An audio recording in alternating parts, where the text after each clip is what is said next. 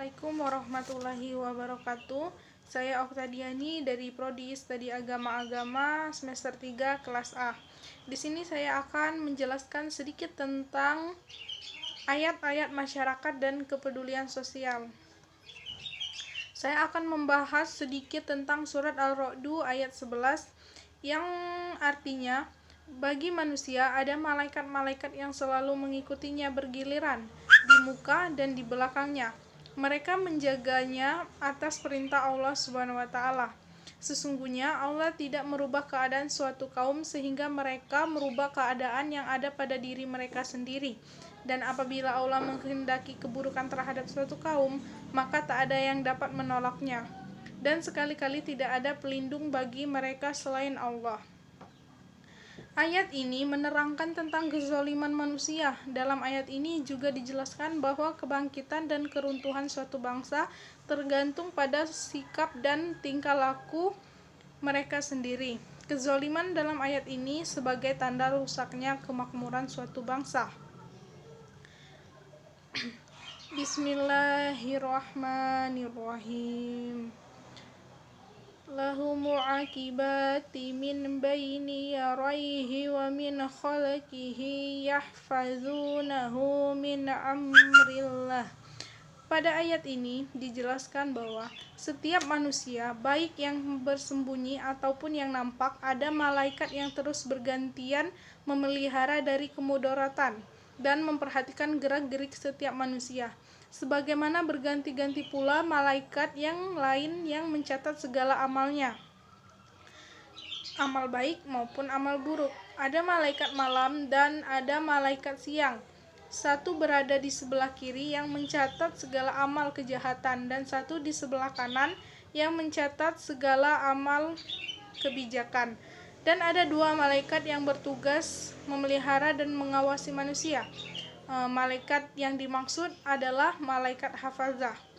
Adapun keempat malaikat itu tidak akan terlepas dari kita, melainkan kita sedang dalam keadaan yang mempunyai hadas besar. Sebagaimana dalam sabda Rasulullah, sesungguhnya ada malaikat-malaikat yang mengikuti kamu dan tidak terpisah dari kamu, melainkan di saat-saat kamu membuang hajat besar atau bersetubuh, maka disegani dan hormatilah mereka. Innamallah la yughayyiru ma fi qaumin hatta la yughayyiru ma bi anfusihim. Allah tidak akan mengubah apa yang ada pada suatu kaum berupa nikmat dan kesehatan, lalu mencabutnya dari mereka sehingga mereka mengubah apa yang ada pada mereka sendiri. Allah juga menyuruh kita, umatnya, untuk mengubah suatu kezaliman, karena jika kita tidak merubahnya, maka Allah akan memperluas siksaannya. Sedangkan Allah menciptakan manusia di bumi ini sebagai khalifah yang bertugas memakmurkan dan memanfaatkan segala isinya dengan baik, bukan untuk merusaknya. Wa iza aradallahu biqaumi su'an fala muraddallah. Kita tidak patut dan tidak boleh meminta kepada Allah agar keburukan segera didatangkan sebelum kebaikan, atau siksaan sebelum pahala.